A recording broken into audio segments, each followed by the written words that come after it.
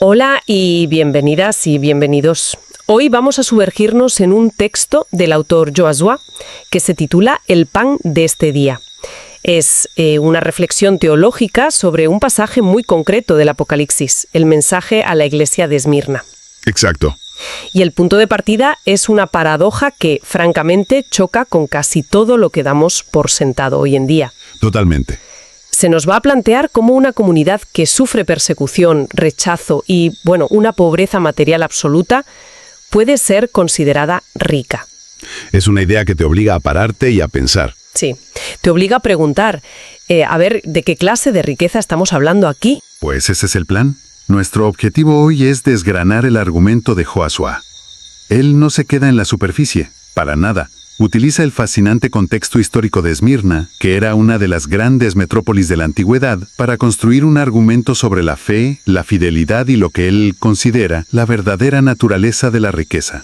Y lo interesante es que, aunque habla de algo que pasó hace casi 2000 años, sus conclusiones apuntan directamente a nuestro presente. Sin duda. Vale, pues vamos a meternos en materia. Para entender esta paradoja creo que primero hay que entender la ciudad, ¿no? Totalmente. El escenario es clave. Joshua describe a Esmirna como una auténtica superpotencia de su tiempo. Una metrópolis en toda regla. Exacto.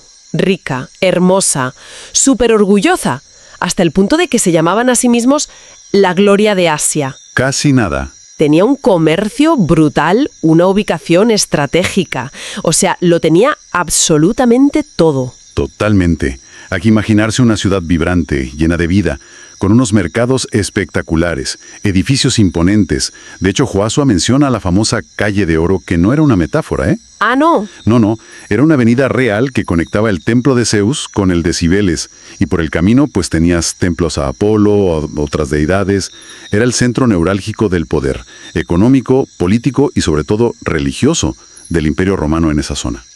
Y aquí es claro donde la cosa se tuerce para la comunidad cristiana. Justo. En medio de toda esa opulencia y ese orgullo cívico, ellos eran la nota discordante. Exacto. El texto de Joshua subraya que sufrían persecución, rechazo social y una pobreza material muy dura. Durísima. Y la razón principal era la presión que él describe como asfixiante para participar en el culto a los ídolos y fundamentalmente al emperador. Y eso es clave para entender todo lo demás. El culto al emperador no era solo una cuestión de creencias personales. No, era político. Era una declaración de lealtad al imperio. Era como el carnet de ciudadano modelo. Negarse a quemar un poquito de incienso ante la estatua del César era visto como un acto de traición, de subversión. Claro. Por eso Joshua establece desde el principio la tesis que va a vertebrar toda su reflexión, citando directamente el texto bíblico. Yo conozco tu pobreza, pero tú eres rico. Esa es la frase. Esa es la frase. Esta contradicción es el motor de todo el análisis. Para el mundo eran pobres y traidores, pero desde la perspectiva que expone el autor, eran inmensamente ricos en lo que verdaderamente vale. Vale, entiendo el escenario. Una ciudad opulenta y una comunidad que vive al margen, por sus creencias. ¿Cómo desarrolla Joshua este argumento? El texto parece dividirlo en varias partes. Sí. La primera gira en torno a la frase «conozco tus obras». Suena un poco genérico. ¿A qué obras se refiere exactamente? Es una pregunta excelente, porque ahí está una de las primeras inversiones de significado que propone el autor. Según Joshua, las obras de la iglesia de Esmirna no eran tanto lo que hacían, sino lo que se negaban a hacer. Ah, interesante. Su obra principal era resistir. Resistir la presión de participar en los festivales paganos, de comprar carne sacrificada a los ídolos en el mercado, de hacer ese gesto de adoración al emperador. Cada no que pronunciaban era una obra de fidelidad. O sea, que eran perseguidos no por ser alborotadores, sino por ser... demasiado íntegros para el sistema. por tener unos límites que no estaban dispuestos a cruzar. Precisamente. Y aquí Joshua introduce un matiz muy potente al subrayar la palabra conozco. No es un conocimiento superficial. Conecta esta frase con quien la pronuncia en el texto bíblico, la figura de un Cristo que fue muerto y revivió. Claro. La idea que transmite es brutalmente poderosa. Quien nos está evaluando no es un teórico, es alguien que ha pasado por el máximo sacrificio, la muerte misma. No es un juez lejano. Para nada. Por lo tanto, cuando dice que conoce y valora vuestros pequeños o grandes sacrificios diarios, su palabra tiene un peso que nadie más puede igualar. Es una validación divina que choca frontalmente con la condena de la sociedad que les rodeaba. Entendido. Sus obras eran actos de resistencia pasiva, pero eso, como decíamos, tuvo que tener consecuencias brutales. Sin duda. Supongo que de ahí viene el siguiente punto del autor sobre tu tribulación. Efectivamente. Y Josué describe esta tribulación no como un único problema, sino como un asedio desde múltiples frentes. ¿Ah, sí? Sí. Por un lado estaba la presión de la cultura pagana dominante, los vecinos, los gremios comerciales, las autoridades, pero el texto bíblico añade un segundo frente y usa una expresión increíblemente dura para describirlo. ¿Cuál? La blasfemia de los que se dicen ser judíos y no lo son, sino sinagoga de Satanás. Un momento, esa es una expresión increíblemente fuerte. Suena casi a insulto. Lo es. ¿Explica Josué por qué se usa un lenguaje tan duro en lugar de, no sé, oponentes o críticos? Y es un punto crucial de su análisis para evitar malentendidos. Josué aclara que esto no es un ataque generalizado. Vale. Es una crítica teológica muy específica. Se refiere a un grupo que, compartiendo teóricamente la misma raíz monoteísta, no solo no simpatizaba con los cristianos, sino que, según los registros históricos, a menudo colaboraba activamente con las autoridades romanas. Para denunciarlos. Para denunciarlos y perseguirlos. Los calumniaban, los acusaban de ateísmo por no adorar a los dioses romanos, claro. Vaya. O de canibalismo por una mala interpretación de la Eucaristía. Vaya, o sea que tenían enemigos por fuera y en cierto modo también por dentro, o al menos desde un flanco inesperado. Exacto. El autor argumenta que el texto los llama sinagoga de Satanás porque, a pesar de su identidad religiosa, sus acciones, la calumnia, la colaboración con un poder opresor, se oponían directamente al carácter del Dios que decían orar. Sus obras no se correspondían con su fe, digamos. Para nada. Sus obras en la práctica servían a la injusticia. Pero lo importante es que Josué no minimiza este sufrimiento, lo reconoce en toda su crudeza, pero inmediatamente lo contrapone a una promesa. A ver.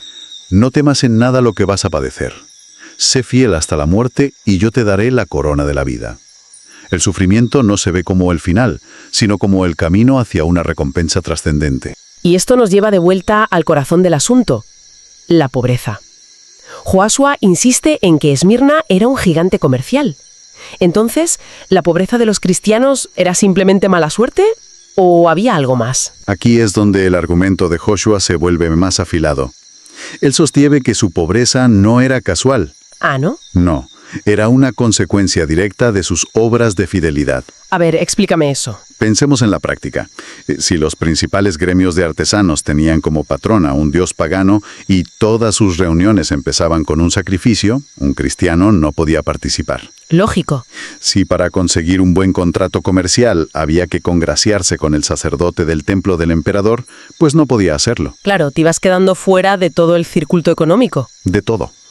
Renunciar a la idolatría significaba en la práctica renunciar a oportunidades de negocio, a ciertos trabajos, a la red de contactos sociales. A todo. Es una autoexclusión forzada. Salto conceptual definitivo. Argumenta que esa carencia material, vista desde fuera como un fracaso total. Era en realidad la prueba irrefutable de su verdadera riqueza ante Dios. Era la evidencia de que sus prioridades estaban en otro sitio. ¡Qué potente! Y para reforzar que esto no es una idea aislada, el autor cita otros textos bíblicos como Proverbios 13:7, que dice algo como: hay quienes pretenden ser ricos y no tienen nada, y hay quienes pretenden ser pobres y tienen muchas riquezas. Es una inversión total de valores. Lo que me parece increíble de este planteamiento es que choca frontalmente con nuestra cultura actual obsesionada con el crecimiento, el éxito visible, el más es mejor. Totalmente. Esta idea de que la renuncia voluntaria puede ser una forma de riqueza es casi subversiva. ¿Cómo lo desarrolla el autor para que no suene simplemente a una fantasía idealista? Lo fundamenta todo en el último punto de su análisis, la identidad de aquel en quien creen. Vale. Josué concluye su reflexión centrándose en lo que describe como la característica única y definitoria de la fe cristiana. No se adora a un gran maestro, a un filósofo del pasado o a un profeta muerto. Se adora al que fue muerto y revivió. Pero, en la práctica, ¿qué diferencia real hace que se adore a alguien resucitado frente a un gran líder cuyo legado perdura? Ambos pueden inspirar, ¿no? Según Joshua, la diferencia es total. Él contrapone la figura de Cristo a la de todos los grandes hombres de la historia, cuyo impacto, por inmenso que sea, termine en una tumba. Son figuras del pasado. Ya. En cambio, presenta al Cristo resucitado no como un recuerdo, sino como una fuerza activa, viva, que en sus palabras sigue transformando vidas hoy. Entiendo. Esta creencia es, para el autor, la base de la esperanza de los cristianos de Esmirna. Su riqueza no estaba en sus cuentas bancarias, que estaban vacías, Que estaban a cero, sí. sino en su relación con un poder vivo que había vencido a la muerte. De acuerdo. Entonces la promesa de la corona de la vida no es solo un consuelo vago para después de morir. No. Para ellos era una garantía respaldada por alguien que ya había hecho ese viaje de ida y vuelta. Esa es la esencia del argumento. La promesa final es ser librado de la segunda muerte, un concepto apocalíptico que se refiere a la separación espiritual definitiva. Esa promesa, para ellos, eclipsaba cualquier bien terrenal que pudieran perder y cualquier sufrimiento que pudieran padecer. Su riqueza era, en última instancia, su seguridad eterna. Para resumir entonces, el análisis de Joshua nos obliga a plantearnos una idea que nos incomoda. Mucho. Y si el verdadero éxito, la auténtica riqueza, no fuera acumular, sino saber a qué estás dispuesto a renunciar por tus principios. Es una bofetada a la mentalidad de nuestra época. Completamente. Y queda muy claro en el texto que la intención de Joshua no es ofrecer simplemente un comentario histórico sobre una iglesia del siglo I. No, no es un ejercicio académico. Para nada, su escrito finaliza de una forma muy práctica, con una oración y 2 preguntas directas para la meditación. Busca que estas lecciones aterricen en la vida del creyente contemporáneo. De hecho, la oración que incluye resume todo el argumento. Pide a Dios valentía para no mezclarnos con la idolatría ni con los sistemas de este mundo y fidelidad para permanecer firmes aún en medio de la persecución, Justo. confiando en tu promesa de la corona de la vida. Y también ayúdanos a valorar más las riquezas espirituales que las materiales. Es toda una declaración de intenciones. Y después de la oración, lanza 2 preguntas que son como 2 dardos directos a la conciencia de quien lo lee. No tienen desperdicio. La primera es: ¿estoy valorando más las riquezas materiales que la riqueza de ser fiel a Jesús, aun si eso me trae pérdida, desprecio o persecución, como a los creyentes de Esmirna? Un más concreta y personal. Sí, la segunda dice: ¿en qué área de mi vida necesito dejar el temor al sufrimiento y abrazar la promesa de Jesús? Sé fiel hasta la muerte, y yo te daré la corona de la vida. Vaya. Ya no es una pregunta teórica, es una llamada a identificar un miedo concreto. Miedo a perder el trabajo, a la opinión de los demás, al conflicto, A lo que sea. y a enfrentarlo con esta perspectiva de fe. Esto nos deja con una idea muy interesante para reflexionar. Si según el argumento que hemos desgranado del texto de Josué, conceptos tan fundamentales en nuestra sociedad como riqueza y pobreza pueden ser completamente redefinidos desde una perspectiva espiritual. Sí, ¿Qué otros valores quedamos por sentados en nuestro mundo actual? Conceptos como el éxito, el poder o incluso la seguridad podrían también ser reexaminados y quizás transformados radicalmente bajo esa misma lente.